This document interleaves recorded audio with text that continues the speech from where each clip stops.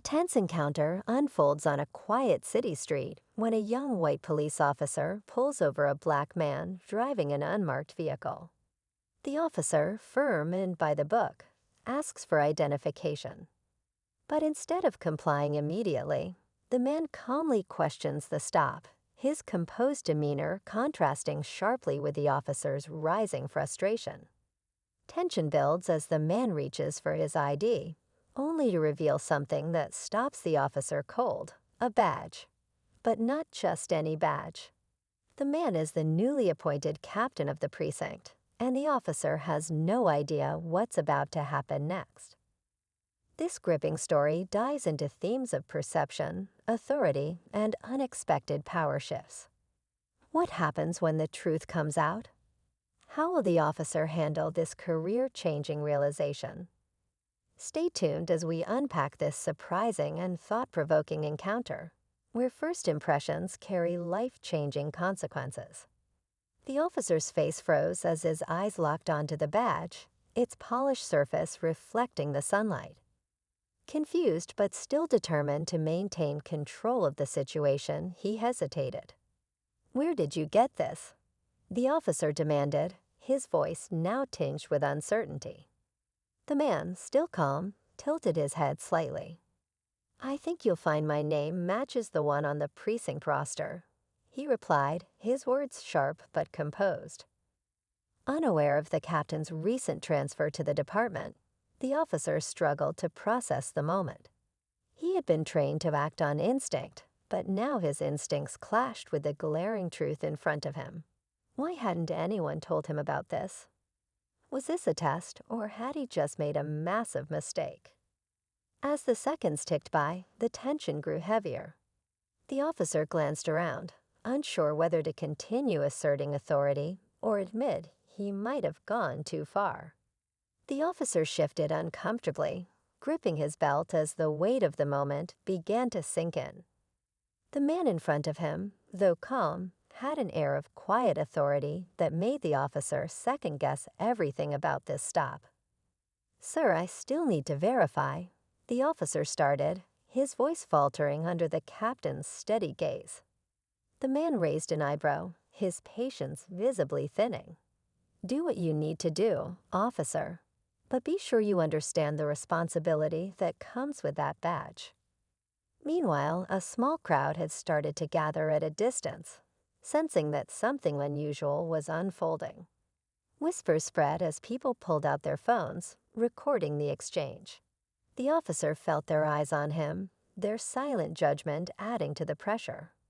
He was stuck between the rules he thought he was following and the possibility that he'd just humiliated his own boss in public. As he reached for his radio, doubt and fear clouded his thoughts. What if he was wrong? What if this was the moment that would define his career, for better or worse? The captain, still standing firm, said quietly, "You should think carefully about your next move." Those words hung in the air, heavy with implication, as the crowd waited to see what would happen next. The officer's hand trembled slightly as he lifted the radio to his mouth, his mind racing with the weight of his decision. He could feel the eyes of the crowd burning into him, their quiet murmurs growing louder. His training told him to call for backup, but his instincts whispered that this was no ordinary traffic stop.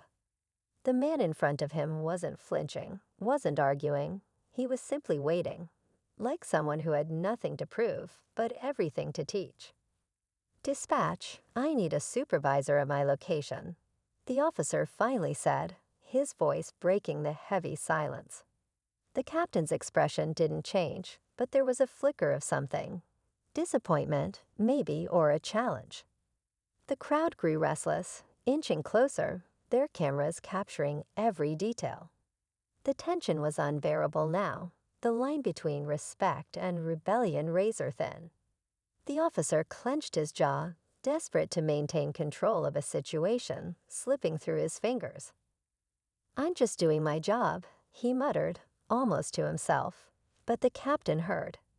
He took a deliberate step closer, his calmness now cutting deeper than any raised voice. "No, officer," he said firmly. You're doing something, but is it the right thing? The officer's pulse quickened as the sound of approaching sirens filled the air.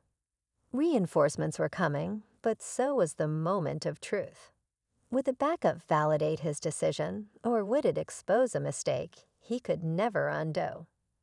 The captain's gaze never wavered, and as the tension hit its peak, the officer realized he wasn't just fighting to maintain authority. He was fighting to justify his actions. As the sirens grew louder, the officer stood frozen, his mind spinning with uncertainty. He glanced at the captain, still calm and composed, then back at the growing crowd, their expressions a mix of curiosity and judgment. Before he could process his next move, an unmarked car pulled up to the scene. A woman in a sharp suit stepped out, her expression unreadable, but her presence commanding instant respect. She walked directly toward the two men, her heels clicking against the pavement with an almost ominous rhythm. "Officer," she said curtly, her gaze flickering between him and the captain. "What exactly is going on here?" The officer hesitated, his confidence faltering further under her stern look. "This man, I was conducting a routine stop, but he claims to be our new captain," he stammered. Her eyebrow arched, and the air around them seemed to tighten. "Claims," she repeated, her tone sharp enough to cut through the tension.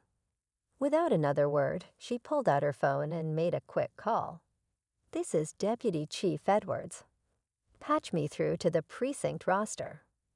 The officer's stomach dropped. "Deputy Chief? How high up did this go?" His grip on control felt weaker with every passing second. The crowd watched in silent anticipation, their phones capturing every angle of the drama. Edwards glanced at the captain and gave a slight nod of recognition before turning her attention back to the officer. Then came the twist he never saw coming. The captain, who had remained quiet until now, spoke up. "Deputy Chief, perhaps you should inform him why I was driving through this area in the first place." Her expression shifted, a flicker of discomfort crossing her face before she replied, "You were here on assignment, investigating reports of improper stops in this neighborhood." The officer's heart sank as the weight of her words hit him. Was this stop part of the investigation?